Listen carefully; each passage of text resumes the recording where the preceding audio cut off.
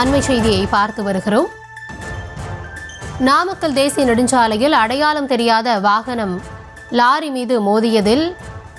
மீது வாகனம் ஒன்று மோதியதால் லாரியில் இருந்த எண்ணெய் கசிந்து சாலையில் ஓடியது. இதனை அங்கிருந்த மக்கள் பிடித்துச் சென்றதாகவும் கூறப்படுகிறது. குடங்களில் மக்கள் எண்ணெயை பிடித்துச் சென்ற அந்த காட்சிகளையும் நாம் தற்பொழுது திரையில் பார்த்து வருகிறோம். இதனை அடுத்த போலீசார் சம்பவ இடத்திற்கு விரைந்ததாகவும் கூறப்படுகிறது. அது தொடர்பான ஒரு அண்மை செய்தியை நாம் தற்பொழுது திரையில் பார்த்து வருகிறோம். இது குறித்த விரிவான விவரங்களுக்காக இணைகிறார் நம்முடைய செய்தியாளர் சதீஷ். வணக்கம். மக்கள் ஆபத்தை உணராம இது போன்ற சம்பவத்தில் ஈடுபடுறாங்க, எண்ணெயை குடத்துல பிடிச்சிட்டு இருக்காங்க. தீயணைப்பு துறையினர் எவ்வளவு நேரத்தில் அங்கு சம்பவ இடத்துக்கு வந்தாங்க? தற்பொழுது மக்கள் அங்கிருந்து அப்புறப்படுத்தப்பட்டு விட்டார்களா? என்னென்ன பாதுகாப்பு ஏற்பாடுகள் அந்த பகுதியில் செய்யப்பட்டிருக்கு? வணக்கம். புதஞ்சந்தையில் அடையாளம் தெரியாத வாகனம் மோதில சமையல் எண்ணெய் ஏற்றி சென்ற லாரி விபத்துக்குள்ளாகி அதிலிருந்து எண்ணெய் கசிந்து பொதுமக்கள் தற்போது குடத்தில் பிடித்து செல்லும் காட்சி தற்போது வைரலாகி வருகிறது.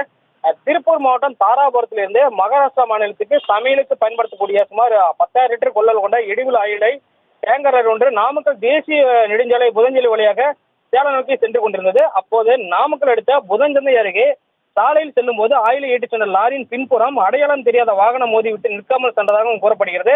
இதனையடுத்து ஆயில் ஏற்றிச் சென்ற லாரியிலிருந்து சமையல் ஆயில் கசிவு ஏற்பட்டதால் லாரி சாலையோரத்தில் ஓட்டுநர் சாமர்த்தியமாக நிறுத்தியுள்ளார். இதனையடுத்து சமையல் எண்ணெய் ஏற்றிச் சென்ற அந்த லாரி விபத்து ஏற்பட்டது குறித்து செய்தி அந்த அருகே வசிக்கும் பொதுமக்கள் குடங்கள் பக்கெட்டுகள் எடுத்து வந்து லாரியிலிருந்து வெளியேறும் ஆயிலை பிடித்து சென்று வருகின்றனர்.